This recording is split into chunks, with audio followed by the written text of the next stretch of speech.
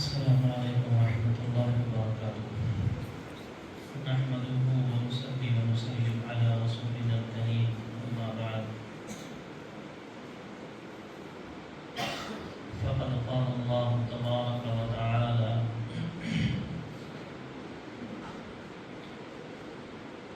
انما الهكم اله واحد فاستقيموا اليه واستغفروه وكذا قال الله تبارك وتعالى قل هو الله أحد وقال نبينا صلى الله عليه وسلم إن الشمس والقمر آيتان من آيات الله لا ينخسفان لموت أحد ولا لحياته فإذا رأيتم ذلك فادعوا الله وكبروا وصلوا وتصدقوا أو كما قال نبينا صلی اللہ علیہ وسلم۔ بزرگان محترم، عزیزان گرامی،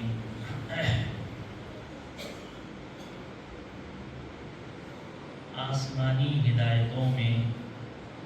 آسمانی احکام میں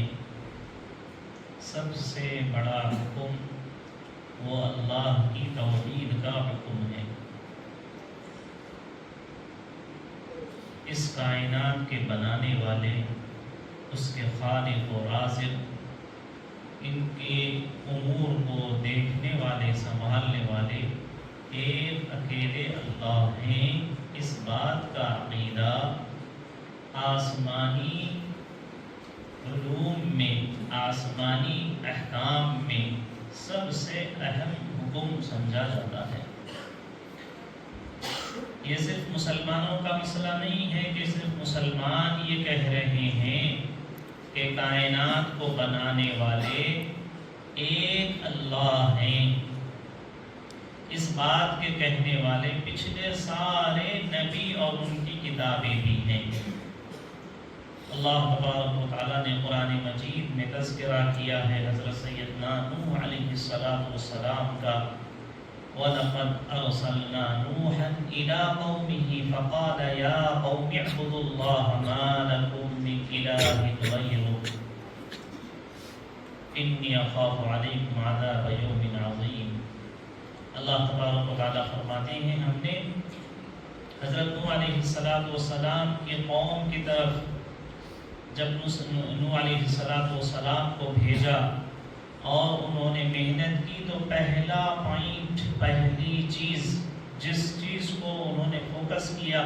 اور جس کی تنبیہ کی اور جس کی طرف انسانوں کو لایا، وہ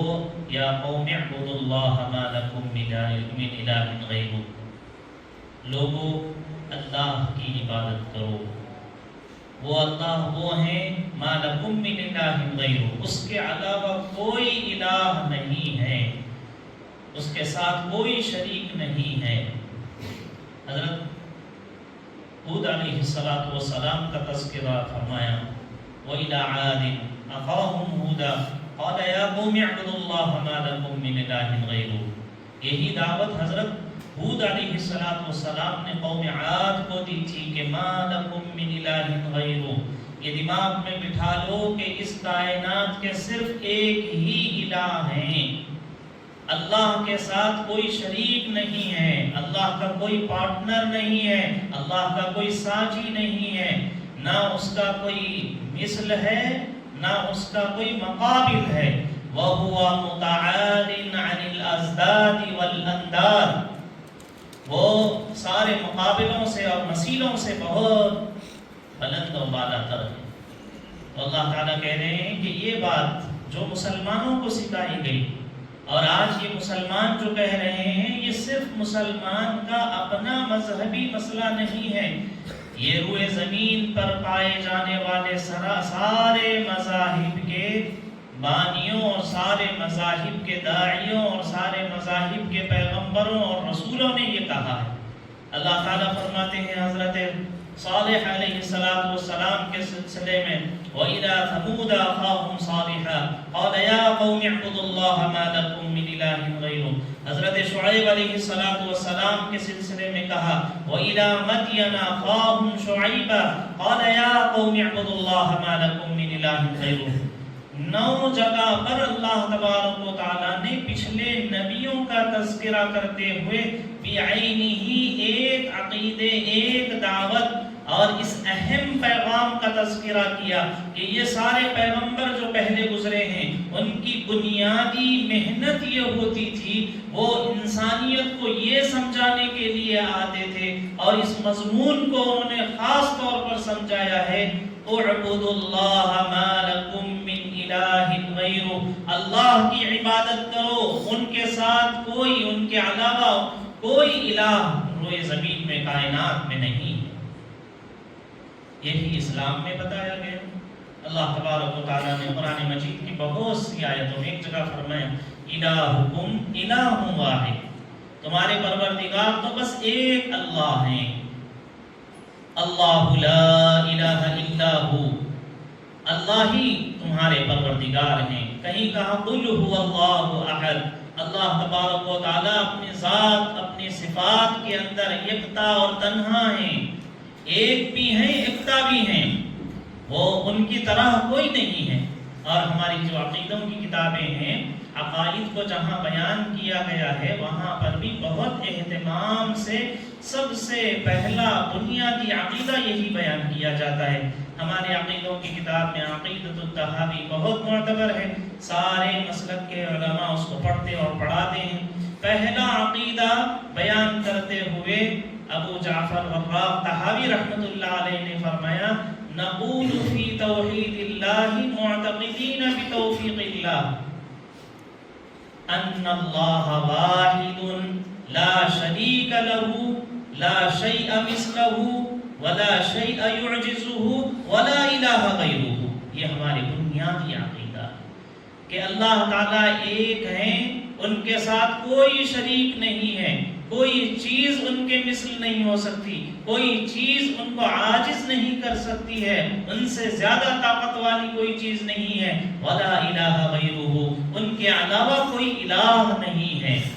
کسی کو ان کے علاوہ مالک نہیں مان سکتے، کسی کو ان کے علاوہ رازق نہیں مان سکتے، کسی کو ان کے علاوہ حاجت روا اور مدبر الامور نہیں مان سکتے، صرف ایک اللہ ہیں۔ اللہ تبارک و تعالیٰ نے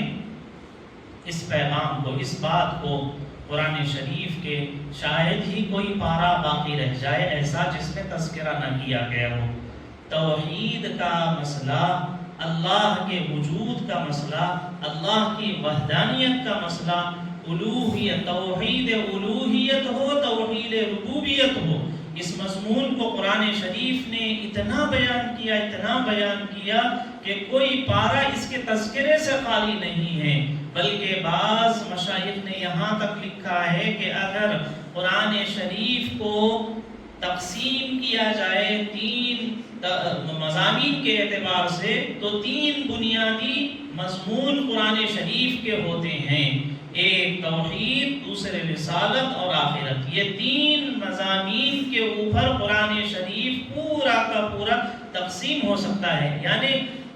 جو چاہے آیت آپ اٹھا لیجئے، یا تو وہ توحید کا سبق دے گی، یا رسالت کا، یا آخرت کا۔ اس طرح سے اگر سمجھا جائے تو کم از کم یعنی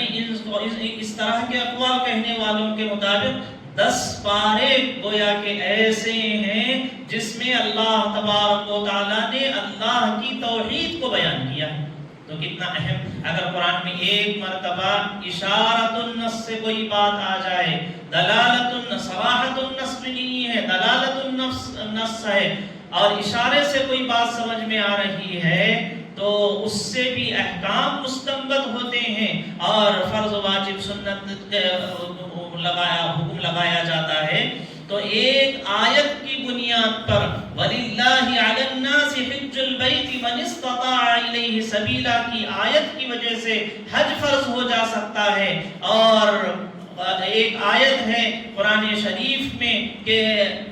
جو شخص من شہد منکم الشہر فلیصم، اس آیت کی وجہ سے روزہ فرض ہو جا رہا ہے، تو 10 پاروں میں جس مضمون کو بیان کیا گیا ہے وہ کتنا اہم اور کتنا فرض اور کتنا ضروری ہو جاتا ہے اس کا اندازہ ہم لگا سکتے ہیں۔ آیت کا ایک ٹکڑا فرضیت کو ثابت کرنے کے لیے کافی ہے، تو جہاں پر تفصیل سے 10 پارے ہوں کسی مضمون کو بتانے کے لیے تو اس کی اہمیت بہت زیادہ ہے۔ تو ایک مسلمان کو جو سب سے زیادہ مضبوطی کے ساتھ جس عقیدے پر ڈٹے اور جمے رہنا چاہیے اور اس کو بہت زیادہ محفوظ اور سالڈ رکھنا چاہیے وہ ہے توحید کا عقیدہ، کہ توحید میں کسی طرح کا کمپرومائز نہیں ہو سکتا، اس میں کسی طرح کا اشتراک نہیں ہو سکتا، اس میں کسی طرح کی لچک نہیں ہو سکتی، اس میں کسی طرح کا کسی کو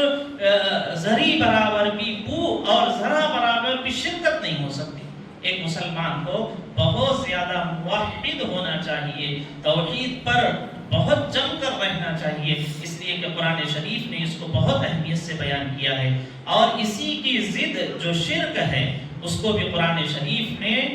خرابیوں میں سب سے بڑی خرابی، گناہوں میں سب سے بڑا گناہ، کبائر میں اکبر الکبائر یہ لکھا ہے کہ وہ اللہ کے ساتھ خواہ اللہ کی ذات میں کسی کو شریک کر لے یا اللہ کی صفات میں کسی کو شریک کر لے، یعنی کسی کے سلسلے میں یہ سوچے کہ یہ بھی اللہ کے برابر ہے، نعوذ باللہ، اللہ کی طرح وجود رکھتا ہے، اللہ کی طرح حیات ہے اس کی، اللہ کی طرح علم ہے اس کا، اللہ کی طرح یہ سمع و بصر والا ہے۔ یہ اگر ذات یا صفات میں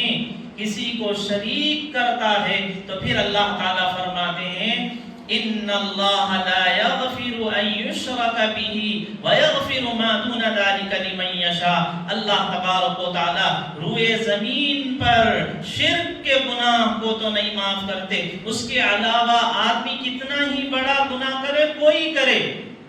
عالم کرے جاہل کرے کوئی بھی کرے،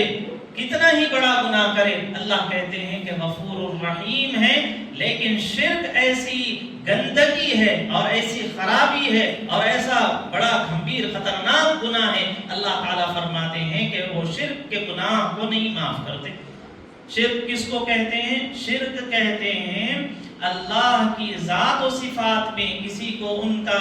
مثل سمجھنا، ان کے مماثل سمجھنا، ان کے برابر سمجھنا کہ یہ چیز میں یہ شخص اللہ کے برابر ہے۔ ایسا اگر کسی کے خواہ کسی انسان ہو، کسی مخلوق ہو، کوئی چیز ہو، کسی کے بارے میں بھی ایسا خیال کرنا اور پھر ان کے لیے عبادت کا کوئی جز یا عبادت کا کوئی حصہ ان کے لیے خاص کر دینا، جیسے اللہ کی عبادت کی جاتی ہے ویسا ان کے سامنے سر نگو ہو جانا، سجدہ ریز ہو جانا یا عبادت کی کوئی قسم ان کے لیے خاص کر دینا، یہ سب شرک میں شامل ہوتا ہے۔ اللہ تبارک و تعالیٰ نے شرک کی قباحت قرآن شریف میں جگہ جگہ بیان کی۔ وَمَن يُشْرِكْ بِاللَّهِ فَقَدِ افْتَرَىٰ إِثْمًا عَظِيمًا۔ اللہ تعالیٰ کہہ رہے ہیں کہ شرک کرنے والا گویا مجھ پر بہتان باندھ رہا ہے۔ وہ اگر کوئی شخص کسی کے سلسلے میں بہتان بانے کہ تم صحیح نسل نہیں ہو، کسی کے بارے میں کہے کہ تمہارے والد وہ والد نہیں ہے جس کی طرف تم انتساب کر رہے تو کتنی بری بات ہے۔ کسی کو بہتان لگانا کہ تمہاری اولاد تمہارے والد کے نہیں ہو جتنا خطرناک ہے۔ اللہ تعالیٰ کہہ رہے ہیں کہ اگر کوئی کسی کو شریک کرتا ہے اللہ کے ساتھ، وَمَن يُشْرِكْ بِاللَّهِ فَقَدِ افْتَرَىٰ إِثْمًا عَظِيمًا، ایک بہت بڑا بہتان اور گناہ کا انتساب اس نے کر دیا۔ فَقَدْ ضَلَّ ضَلَالًا بَعِيدًا وَمَن يُشْرِكْ بِاللَّهِ فَقَدْ ضَلَّ ضَلَالًا بَعِيدًا، کہ بڑی گمراہی میں چلا گیا، اب اس کے لوٹ کیا اتنا راستہ وہ بھٹک چکا ہے کہ اب اس کو صحیح صراط مستقیم اور صحیح راہ پر یہ نہیں آ سکتا۔ جو شرک کرنے والا ہے وہ غلط راستے پر اتنا دور جا چکا ہے، بہت دور جا چکا ہے، اس کے یعنی سیدھے راستے پر آنا، صراط مستقیم پر آنے کے امکانات نہیں ہیں۔ كأنما خر من السماء أو تخطفه الطير أو تهوي به الريح فی مکان سحیق، اب یہ شرک میں مبتلا ہو گیا ہے، یہ ایسا ہے کأنما خر من السماء، یہ ایسا ہے جیسے آسمان سے گر گیا ہے۔ اب یہ جب اونچائی سے گر گیا ہے تو اب کوئی پرندہ اس کو اچک لے گا، او تہوی بہ الریح، یا اس کو دنیا کے حوادثات اس کو اٹھا کے فنا کر دیں گے۔ تو قرآن شریف نے شرک کی گندگی کو اور شرک کی خرابی کو اور اس کی خباثت اور گندگی اور خراب ہونے کو قرآن شریف نے بیان کیا، اور حدیثوں میں رسول اللہ صلی اللہ علیہ وسلم نے اکبر الکبائر، بڑے بڑے جو گناہ شمار کیے ہیں، ان میں آپ علیہ السلام نے فرمایا ایک اللہ کے ساتھ کسی کو شریک کرنا ہے۔ کسی کو اگر آگ میں ڈال دیا جائے تو وہ آگ میں گر جانا پسند کرے، جل جانا زندہ پسند کرے، اور اپنی زندگی موت میں تبدیل کر لینا گوارا کرے، لیکن اس کو پھر کفر کی طرف لوٹ کر نہیں جانا چاہیے، اس کو شرک کی طرف نہیں جانا چاہیے۔ تو ایک مسلمان کے لیے سب سے بڑا عقیدہ وہ اللہ کی توحید کا عقیدہ ہے کہ سارے کائنات کے بنانے والے وہ ایک اکیلے اللہ ہیں۔ اللہ تعالیٰ قرآن مجید میں فرماتے ہیں لَوْ كَانَ فِيهِمَا آلِهَةٌ إِلَّا اللَّهُ لَفَسَدَتَا، عقلی دلیل کے ذریعے سے اللہ تبارک و تعالیٰ سمجھا رہے ہیں کہ اگر زمین و آسمان میں ایک کے بجائے چند خدا ہوتے تو لفسدتا، اللہ تعالیٰ کہہ رہے ہیں کہ یہ جو زمین و آسمان کا نظام چل رہا ہے، سورج روشنی دے رہا ہے، چاند اپنا کام کر رہا ہے، زمین غلے اگا رہی ہے، آسمان اور بادل بارش برسا رہے ہیں، یہ جو نظام چلا آ رہا ہے، پھر اس میں کچھ نہ کچھ خلط ملط ہونا چاہیے تھا، کچھ خرابی آنا چاہیے تھا۔ آپ نہیں دیکھتے کہ اگر کسی بس کے 2 ڈرائیور ہو جائیں تو پھر وہ کہیں نہ کہیں حادثات کا شکار ہو جاتی ہے، وہ ادارے، وہ تنظیمیں، وہ گھر برباد ہو جاتے ہیں جن گھروں یا اداروں یا تنظیموں کے 2 ایک لیول کے لوگ ہو جاتے ہیں، یعنی ماتحت اطاعت نہ کر رہے ہوں، اور جو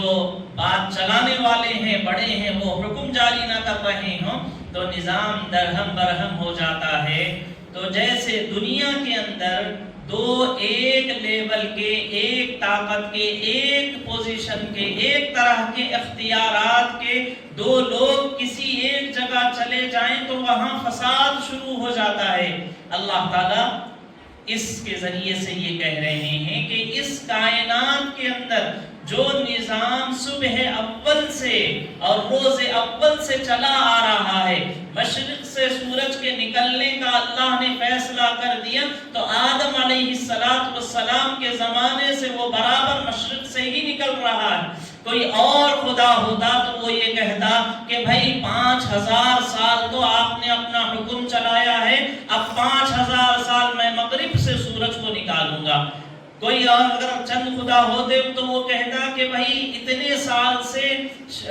ہم جب بھی شکر لینا چاہتے ہیں، شوگر، تو وہ ہم گنے کے ذریعے سے لے رہے تھے اور سمندر سے ہم اپنا نمک بنا رہے تھے، اب میں بھی تمہارے لیول کا ہوں، لہٰذا میں اب اس حکم کو تبدیل کرنا چاہتا ہوں۔ ایک حکومت ختم ہوتی ہے، دوسری حکومت آتی ہے، تو وہ دوسری حکومت والے اپنا اختیار دکھانے کے لیے پہلے کی ساری چیزوں کو کل عدم کر دیتے ہیں، اس کے نفع کو نقصان سے تعبیر کرتے ہیں۔ ایسے ہی اللہ کہہ رہے ہیں کہ اگر اللہ کے ساتھ کوئی اور خدا ہوتا تو وہ یہ کہتا کہ نہیں بھائی نمک کی ضرورت شکر سے زیادہ ہے، لہٰذا اب نمک شوگر کین سے نکلے گا اور شکر سمندر سے نکلے گی، اب میں بیٹھا ہوں تو اب میرے نئے احکامات ہوں گے۔ اس طرح کی تبدیلیاں لاتے اللہ کہہ رہے ہیں کیا کوئی تبدیلی دیکھے ہیں آپ روئے زمین پر؟ کوئی تبدیلی نہیں۔ جو چیزیں آدم علیہ السلام کے زمانے سے تھی آج تک وہی چلی آ رہی ہیں، قیامت تک چلی آئیں گی۔ یہ آیت اور یہ نشانیوں کو دکھا کر اللہ کہہ رہے ہیں لَوْ كَانَ فِيهِمَا آلِهَةٌ الا اللہ، اللہ کے علاوہ کوئی بھی اللہ کے برابر کا آدمی ہوتا تو لفسدتا، زمین و آسمان کا جو نظام چل رہا ہے، جو سسٹم ہے، اس میں کچھ نہ کچھ تبدیلی آتی، کوئی تبدیلی نہیں آ رہی ہے۔ یہ علامت ہے کہ اس کائنات کے بنانے والے ایک اکیلے اللہ ہیں، ان کے علاوہ کوئی نہیں۔ تو میرے بھائیوں، مسلمانوں کو جس بات کی طرف قرآن شریف نے اور حضرت رسول اللہ صلی اللہ علیہ وسلم نے جس کا پختہ یقین بٹھا دیا تھا، وہ اللہ کی توحید، اللہ کی مالکیت، اللہ کی رزاقیت، اللہ کی الوہیت، اللہ کی اطاعت، اللہ کی عبادت، یہ حضور علیہ السلام نے صحابہ کے دماغوں میں اتنا بٹھا دیا تھا، سپر پاور طاقتوں سے ٹکر لیتے ہوئے بھی یہ کہتے تھے کہ ہار جیت تم سے نہیں ہو سکتی، ہار جیت اللہ کی طرف سے ہے، موت و حیات اللہ کی طرف سے، اگر میری موت لکھی ہوئی ہے تو میں مروں گا، ورنہ ان ہتھیاروں اور ان تلواروں کی چھنچھناہٹوں کے اندر بھی اور ان دندناتے ہوئے دشمنوں کے سامنے بھی میری موت نہیں جا سکتی۔ زہر کے پیالوں کو نوش کر لیا اور یہ کہا کہ اگر موت لکھی رہے تو آئے گی، ورنہ یہ چیزیں نہ نفع دے سکتی ہیں نہ نقصان دے سکتی ہیں، کسی چیز کو خاطر میں نہیں لاتے تھے ایک اکیلے اللہ کے علاوہ۔ تو یہ توحید کا عقیدہ حضور علیہ السلام نے مضبوطی کے ساتھ بٹھایا۔ تو توحید کا عقیدہ صرف مسلمانوں کا نہیں ہے، قرآن شریف نے پچھلے تمام پیغمبروں کا تذکرہ کیا اور اس میں اس بات کو بتایا کہ وہ جو بھی پیغمبر پچھلے گزرے ہیں، خواہ وہ حضرت عیسیٰ علیہ السلام ہوں، خواہ وہ موسیٰ علیہ السلام، انجیل ہو، تورات ہو، صحف موسیٰ ہو، صحف ابراہیم ہو، حضرت ہود علیہ السلام کی شریعت ہو، حضرت صالح علیہ السلام کی شریعت ہو، حضرت شعیب علیہ السلام، کوئی بھی پیغمبر ہوں اور ان کے احکام ان کی شریعت ہو، تو ان لوگوں نے اس بات کو سمجھایا ہے کہ اللہ ایک ہے اور اسی اللہ کی عبادت ہونا چاہیے، اس کے علاوہ کسی کی عبادت نہیں ہونا چاہیے، اور مسلمانوں کو اس عقیدے پر بہت مضبوطی سے جمنا چاہیے۔ اس کے اندر خلل پیدا ہوتا ہے اللہ کے ساتھ کسی کو شریک کرنے کے ذریعے سے۔ اس زمانے کے جو چیلنجز ہیں، اس زمانے کے جو اسلام اور مسلمانوں کے اوپر دھاوے ہیں اور وار ہیں، یلغار ہے، ان میں سے ایک یہ ہے کہ مسلمانوں کے سینوں سے توحید کے عقیدے کو ختم کرنے کی کوشش۔ جب آدمی توحید کا عقیدہ اس دل سے نکل جائے گا تو یہ پھر اللہ سے ڈرنے والا ختم ہو جائے گا، تو پھر وہ ہر ایک سے ڈرے گا۔ یہ کسی سے نہیں ڈر رہا ہے، حکومتوں سے نہیں ڈر رہا ہے، ہتھیاروں سے نہیں ڈر رہا ہے، اسلحوں سے نہیں ڈر رہا ہے، تو اس وجہ سے کہ اس کے سینے میں اللہ کا خوف ہے، اللہ کی توحید کا عقیدہ ہے۔ جب دل سے اللہ نکل جائیں گے تو پھر ہر چھوٹی چیز، وہ اپنے سائے سے بھی ڈرنا شروع ہوگا۔ تو اس وجہ سے کہ یہ ان کی بہادری، یہ ان کی جرأت اور یہ ان کی کامیابیاں اس وجہ سے ہے کہ مسلمانوں میں عقیدہ توحید مضبوطی سے جمع رہتا ہے، وہ کسی سے نہیں ڈرتے۔ اس لیے اس سرمایے کو مسلمانوں سے نکالنے کی کوششیں ہوتی ہیں۔ ان میں سے ایک کوشش اس زمانے میں سوریہ نمسکار کے سلسلے میں ہے۔ اللہ تبارک و تعالیٰ نے قرآن مجید میں سوریہ نمسکار کیا ہے؟ سوریہ نمسکار یہ سورج کی پرستش اور سورج کی عبادت ہے۔ یہ صرف محض ایکسرسائز نہیں ہے، یہ جسمانی ورزش تک محدود رہتا تو علماء اکرام اتنا نہ کہتے کہ اس کو نہیں کرنا چاہیے۔ یہ جسمانی ورزش نہیں ہے، یہ براہ راست سورج کی پوجا ہے۔ آپ حیرت میں ہوں گے قرآن شریف کی دور اندیشی کو۔ قرآن شریف نے جہاں سورج اور چاند کو بیان کیا، وہاں پر اللہ تبارک و تعالیٰ نے یہ کہا کہ یہ میری نشانیاں ہیں۔ وَمِنْ آيَاتِهِ اللَّيْلُ وَالنَّهَارُ وَالشَّمْسُ وَالْقَمَرُ لَا تَسْجُدُوا لِلشَّمْسِ وَلَا لِلْقَمَرِ۔ اللہ تعالیٰ نے کہا میری نشانیوں میں سے زمین بھی میری بنائی ہوئی، آسمان بھی میرا بنایا ہوا، چاند بھی میرا بنایا ہوا، سورج بھی میرا بنایا ہوا۔ اللہ تعالیٰ یہ کہنے کے ساتھ فوراً یہ کہتے ہیں لا تسجدوا للشمس ولا للقمر، سورج اور چاند کو سجدہ نہ کرو۔ اللہ تعالیٰ نے کہا وَلِلَّهِ يَسْجُدُ مَنْ فِي السَّمَاوَاتِ وَمَنْ فِي الْأَرْضِ وَالشَّمْسُ وَالْقَمَرُ والنجوم والجبال والشجر والدواب وكثير من الناس. اللہ تبارک و تعالیٰ نے کہا ساری کائنات یہ اللہ کی بنائی ہوئی ہے اور یہ سب اللہ کے لیے سجدہ کرتے ہیں. اور اللہ نے کہا کہ تم کو ان کا سجدہ نہیں کرنا چاہیے, سورج کا, چاند کا, ستاروں کا سجدہ تم نہ کرو, بلکہ جہاں یہ آیتیں ہیں جو میں نے تلاوت کی ہیں وہ آیتیں ہیں جس کو آیات سجدہ کہا جاتا ہے. یعنی اس کے ساتھ اللہ تبارک و تعالیٰ نے یہ کہا یہاں سے شرک داخل ہوگا, یہاں سے تمہارے عقیدے توحید کو خراب کیا جائے گا, تم کو یہ بتایا جائے گا کہ یہ سورت بہت بڑی مخلوق ہے, اس سے بہت توانائی اور طاقت ہم کو آ رہی ہے, بہت سپر پاور ہے, سپریم پاور ہے, یہ کہہ کر تم کو سورج کی پرستش کی طرف لے جایا جائے گا. اس وجہ سے اس شرک کی بنیاد کو کاٹنے کے لیے اللہ نے کہا یہ آیتیں سجدہ ہے, تم نماز کی حالت میں بھی ہو اور یہ آیتیں پڑھیں یا سنیں تو اسی وقت سجدے میں چلے جاؤ, یہ کہا گیا ہے قرآن شریف میں. مطلب یہ تھا کہ یہ خرابی آئے گی, اللہ کو معلوم ہے انسانیت کہاں سے بھٹکے گی اور کہاں اللہ کو چھوڑ کر جائے گی, معلوم تھا. اس وجہ سے اللہ تبارک و تعالیٰ نے جہاں قرآن شریف میں یہ کہا کہ سورج اور چاند میری مخلوق ہے, اللہ تعالیٰ کہتے ہیں کہ اللہ کی آیتوں میں سے, اللہ کی نشانیوں میں سے زمین ہے, اللہ کی نشانیوں میں سے سورج اور چاند ہے اور اس کا چلنا ہے. یہ کہنے کے بعد اللہ تعالیٰ نے کہا کہ ان کو سجدہ نہ کرو, لا تسجدوا للشمس ولا للقمر, نہ سورج کو سجدہ کرو نہ چاند کو سجدہ کرو. انسانوں کو اللہ نے بنایا ہے, انسانوں کے مزاج کو بھی اللہ جانتے ہیں. ان کا مزاج یہ ہے کہ اپنے سے بڑا کوئی نظر آ جائے, اپنے سے زیادہ نفع دینے والا کوئی مخلوق نظر آئے, اس کے سامنے یہ سجدہ ریز ہو جائیں گے. جیسے حضرت ابراہیم علیہ السلام کا تذکرہ اللہ تعالیٰ نے قرآن میں تذکرہ کیا ہے. فلما جن عليه الليل رأى كوكبا قال هذا ربي فلما أفل قال لا أحب الآفلين فلما رأى القمر بازغا قال هذا ربي فلما أفل قال لئن لم يهدني ربي لأكونن من القوم الظالمين. کہ ایسے لوگوں کی سوچ ہے کہ وہ ستاروں کو دیکھتے ہیں, اس سے روشنی حاصل کر رہے ہیں, راستہ پا رہے ہیں, بارش کا کھیت کا علم ہو رہا ہے. ایک کسان کو ستاروں کے دیکھنے سے اندازہ ہو جاتا ہے کہ بارش کب ہوتی ہے. ایک سمندر میں, دریا میں چلنے والے, سمندر میں کشتی چلانے والے ملاح کو ستاروں کے ذریعے سے راستہ مل جاتا ہے تو وہ ان کو اپنا خدا سمجھ لے رہا ہے. چاند سے فائدے دے کے اس کو اپنا خدا سمجھ لے رہا ہے, سورج سے فائدے دے کے اس کو خدا سمجھ لے رہا ہے. اللہ تبارک و تعالیٰ نے ابراہیم علیہ السلام کے ذریعے سے فرمایا نہیں, ان کسی کے سامنے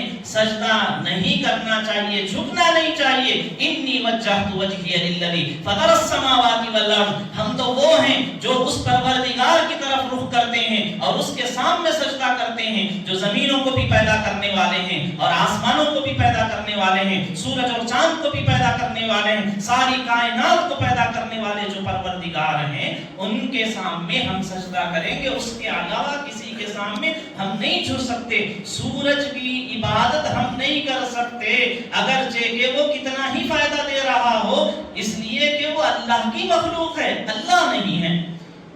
آپ کے اور میرے گھر میں اگر آپ کے والد صاحب نے آپ کو گفٹ میں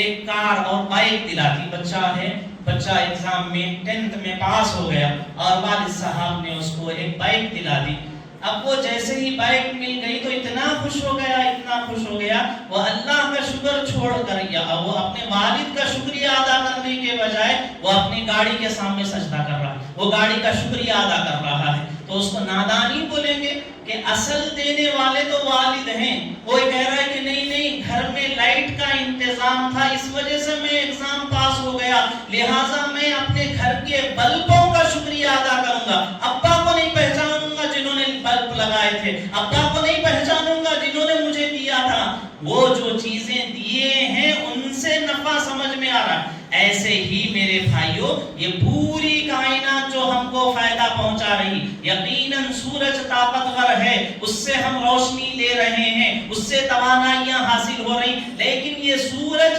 میرے اللہ نے مجھے میرے لیے بنایا ہے، میں اللہ کو کی عبادت کروں گا، اللہ کے سامنے سجدہ کروں گا۔ اس وجہ سے مسلمان سوریہ نمسکار نہیں کر سکتے، اس سورج کو کی عبادت نہیں کر سکتے، اور وہ یوگا نہیں کر سکتے جس میں سورج کی پرستش ہوتی ہے، اس میں جو منتر پڑھے جاتے ہیں، اس میں یہ کہا جاتا ہے کہ سورج بہت طاقتور ہے، سورج کائنات کا مالک ہے، سورج کی عبادت کی جاتی ہے، اس کو سلامتی پیش کی جاتی ہے۔ اس وجہ سے مسلمان سوریہ نمسکار کو کسی بھی حال میں نہیں کر سکتے۔ یہ اپنے خاص مذہب والوں کی، وہ جو سورج کو خدا سمجھتے ہیں، ان کی عبادت کا طریقہ ہے، وہ کر رہے ہیں تو ہم کو کوئی اشکال نہیں، کرتے رہیں بھی، لیکن مسلمان نہیں کر سکتے۔ اور مسلمان یہ بھی نہیں کر سکتے کہ اگر کوئی ادارہ، کوئی اسکول اور کالج ہے، خواہ وہاں پڑھا رہے ہوں یا پڑھ رہے ہوں، یہ ملک جمہوری ہے اور یہ ملک سیکولر ہے، یہاں کسی خاص مذہب کی چیزوں کو دوسروں کے اوپر زبردستی نافذ نہیں کیا جاتا۔ اس وجہ سے نہ ہم اپنے بچوں کو، نہ ہم وہاں پڑھانے والوں کو ان چیزوں کے کرنے کی کسی طرح کی گنجائش نہیں سمجھتے۔ اللہ تبارک و تعالی ہمیں سمجھ عطا فرمائے، عقیدہ توحید پر اللہ تبارک و تعالی ہم کو مضبوط جمائے رکھے، اور اللہ تبارک و تعالی شرک کی ہر گندگی سے ہم کو، ہماری نسلوں کو محفوظ رکھے۔ وآخر دعوانا الحمدللہ رب العالمین۔